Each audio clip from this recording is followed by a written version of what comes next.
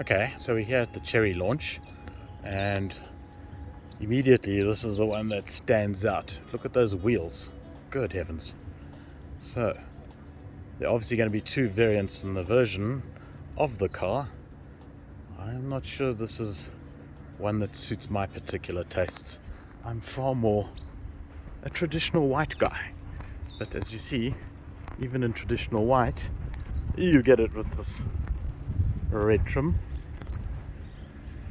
But for me, the two best colors by far, you'll have to bear with whilst we walk around, are this fantastic sky blue, well, iris blue, if those of you who are familiar with MGs know, it's one of their famous colors. Beautiful, beautiful car. And then of course we have the mint green. Let me go and find one wandering down here. And that's an interesting color choice for a new car entrant on the market, because without doubt these are going to stand out in the traffic. Already, just from the looks wise, you can see the front is very distinctive, the rear less so.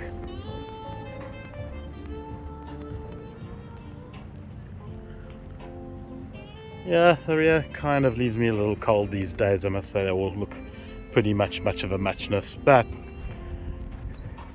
man, that color,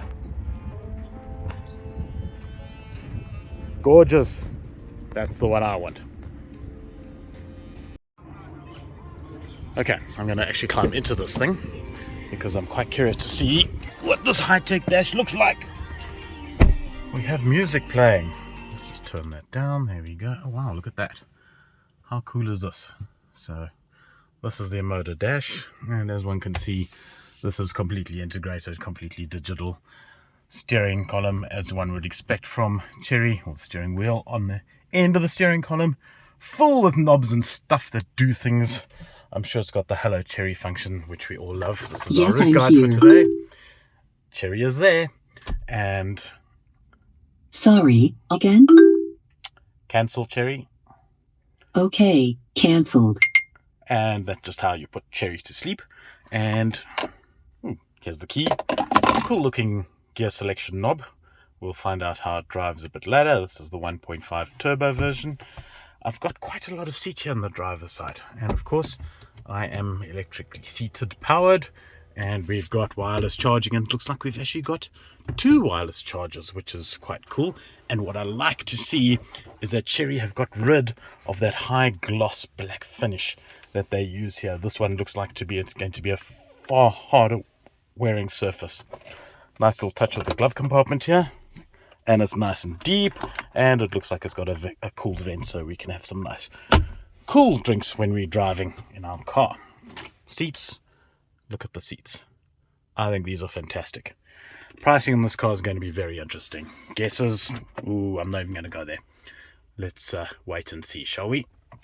Because Chery do have a history of surprising quite a lot. What I do like is that it has a very small sunroof.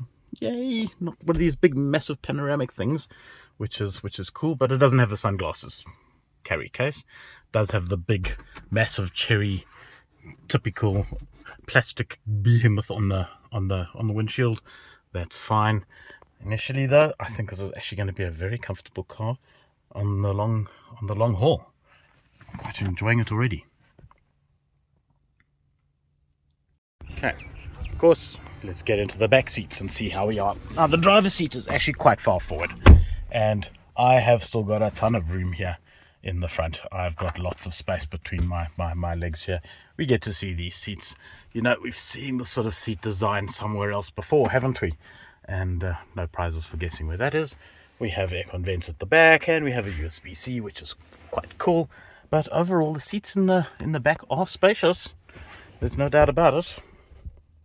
Cup holders. It's shaping up to be a very interesting vehicle.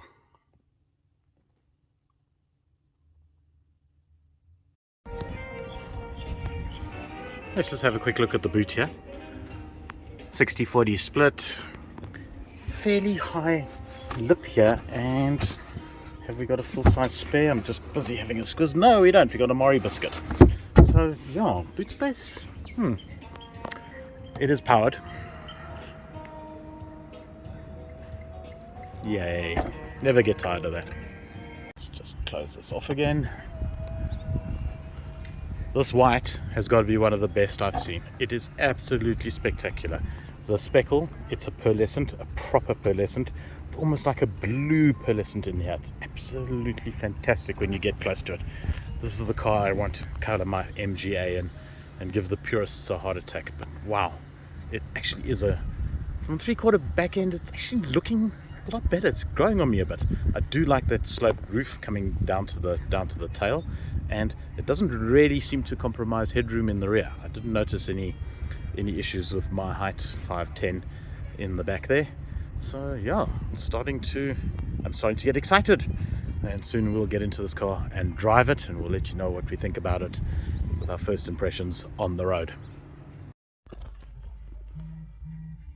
Okay, we've just finished our first 60 k's of our drive and ride in the Omoda, and we've done some fairly harsh roads outside of Hartbeespoort and around the hills there, and I have to say that the vehicle is quite impressive in terms of ride quality. The cabin is quiet inside, surprisingly so, and we're speculating as to what we think the pricing is going to be on this vehicle. There are things like we can't find the seat warmers, for example. I presume maybe they're either here or not here. The fact that the panoramic sunroof is not a panoramic sunroof, it's just a normal sunroof, and little hints that maybe the pricing is going to pleasantly surprise on the downside. We hope so, and we will find out later and let you guys know. In the meantime, the car is very pleasant, very comfortable, very easy to drive. CVT box, definitely, and it is not a terrible one. It doesn't whine too much. The engine is fairly willing, fairly pliant. I mean, it's a 1.5 litre turbo and a relatively big bodied car. I say relatively, it's not massive, it's a 5-seater, but it's relative, and it gets along the road with a willingness that's fairly easy to live with. And on the whole, I think this is a very solid offering. It will be interesting, as I say, to see what the pricing point is.